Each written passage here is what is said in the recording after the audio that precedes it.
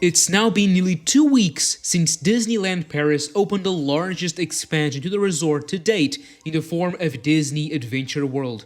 Following this project has been a whole journey, from the day it was announced to sharing with you all the construction updates.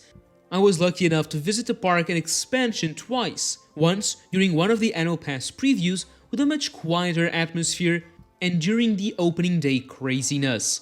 I had a true blast exploring everything, trying out some of the food, riding Frozen Ever After several times, and watching Disney Cascade of Lights, the new nighttime spectacular at the end of each day. Now that I've had some time to think and revisit my experiences, I can confidently say that this is a major addition to the resort that will change how you and I experience it. With that said, it's also not perfect, but few things are.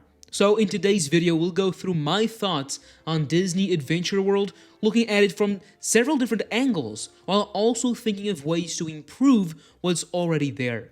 So let's start, shall we?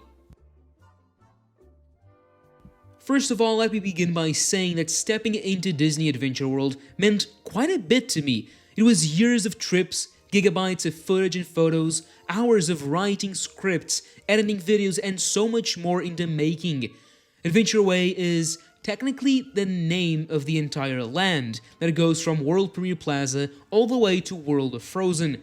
It includes Adventure Bay, the Regal View restaurant, and everything in between. This is now the heart of the park in a way that works truly incredibly well, but it's in a bit of an odd position at the second half of the park. Still, from it, you can easily go to Toy Story Playland and all other worlds of Pixar, Avengers Campus and that whole left side, World Premiere Plaza and Cars Road Trip for a second entrance into worlds of Pixar. One of my early day fears was that the expansion would make the park feel like two disconnected halves, and I'm happy to say that that's not the case here. You can not only move around quite well, but actually better than it was called Walt Disney Studios Park. So the layout absolutely works amazingly. It also helps that all the paths in Adventure Way are quite large. This is something that you need to experience in order to really understand. The scale of everything in Adventure Way is in a completely different level to the old side of the park, and it feels ready to accommodate years of new expansions and additions as time goes on, which was the main purpose of this entire area. The theming, architecture, and style of Adventure Way was another thing that I was originally somewhat scared of, but in the end works incredibly well. It's inspired in Art Nouveau, with motifs everywhere and in combination with all the greenery, trees, and bushes of all sorts blends in perfectly. The main buildings are Café Luminosity, Regal View, and Terrasse Panoramique. These are three of the main food locations in this side. It's a style that wasn't present in the resort, and one that I'm glad was brought here, as it alone gives some character to a land that needs it. I especially love how they look at night, bathed in all the popcorn lights and special lighting on the roofs that make them all look even better. The lake itself feels both very large and yet small enough that it's not a pain to go around. I would say it's exactly the size it needed to be, especially compared to World Showcase that is ridiculously large. There are countless paths and levels around that offer some greatly appreciated quiet spots. After 20 years, you can finally sit down and relax in this park, just like you could in Disneyland Park. That's one of the major things that was missing from Walt Disney Studios. You barely had any space to move around, so forget sitting, relaxing with a cold drink, listening to the music, seeing people pass by, and just enjoy. I couldn't imagine making this video without mentioning the background music loop. For Adventure Way, Imagineering brought in Philippe Rombi, a French composer, to create a brand new soundtrack for the land. From the moment I stepped inside the land, I fell in love with the music, and as someone that listens to background loops all the time, this quickly jumped to number 1. It's both catchy and relaxing at the same time, and it feels like it belonged to a classic beloved film. It's so good that Disney released it on streaming apps just this week, so if you haven't, make sure to check it out because it really is that good. Adventure Way currently offers several things to do, see, and most especially eat. Réponse Tangled Spin is a gorgeous new take on a classic teacup flat ride. The gardens are one of my favorite spots in the whole expansion, with large trees and a slightly modified Adventure Way music loop with tangled motifs. The ride is very beautiful, and it brings some needed kinetic energy to the area. There are also quite a few entertainment acts around here, with Rapunzel and Flynn and the Disney Marching Band. Depending on the day, smaller acts may also appear, with a mime, some jugglers, and other traditional kinds. As I said, one of the major points of Adventure Way is the food. While I couldn't get into Regal View Restaurant and Lounge, I did try several of the food kiosks and shops around the lake, and it's a clear strong point of this expansion. The food here is some of the best in the entire resort, and if we could bring the quality of all other locations around the parks to this level, I think the discourse about Disneyland Paris and food would radically change. Now, things are still obviously expensive, but it's much better to pay for something good than to pay for something either mid or not good at all. There are two main quick service locations, with Café Luminosity being the most important one, serving 4 different hot dogs. It serves a similar purpose as Casey's Corner in that sense, and the hot dogs are different and quite tasty. La Terrasse Panoramique on the other side of the lake serves 4 different kinds of bread bowls, special drinks, and more. The 3 kiosks to its side all serve different items that are all very good too. I personally tasted a few of them and once again was pleasantly surprised. There are a lot of different bites to eat around the lake, and now with the temporary chalets joining the fold, even more. Welcome back to Adventure Way to go through what I think could be better, but let's go into World of Frozen now. The location of this land is ridiculously beautiful. You can see it the moment you enter the park in the distance, and it grows and further opens up as you move closer to it. By the time you're entering, the music starts to fade in, and you have this large tree-topped area to your left. The land itself isn't very large, but the way it's built makes it appear much larger, especially if you include the frozen gardens in front of it and the other side of the marina.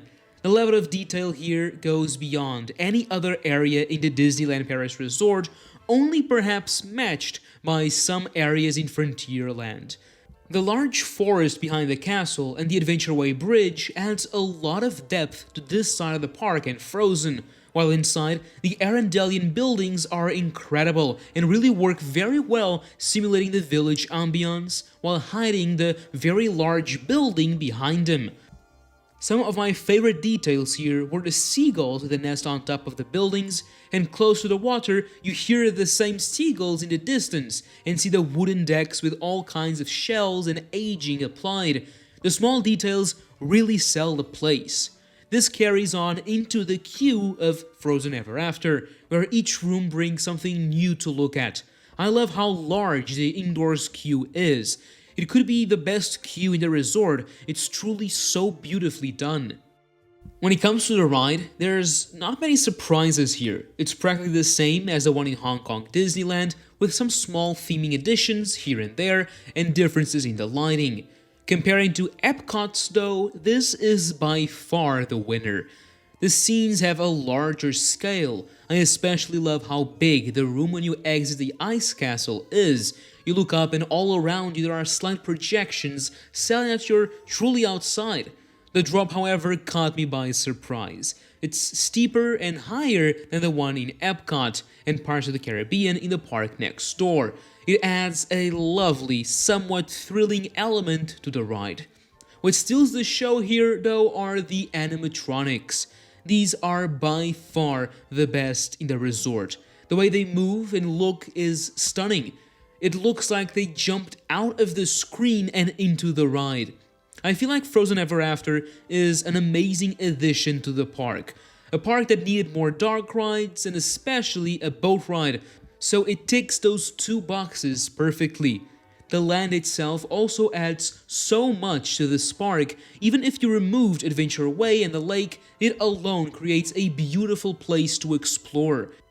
Here you also have the meet and greet inside the castle, 2 shops, and 1 large quick service restaurant. I found the restaurant somewhat lacking compared to the other food options around the lake, which was a shame considering it's one of the few indoors locations, but more on that later.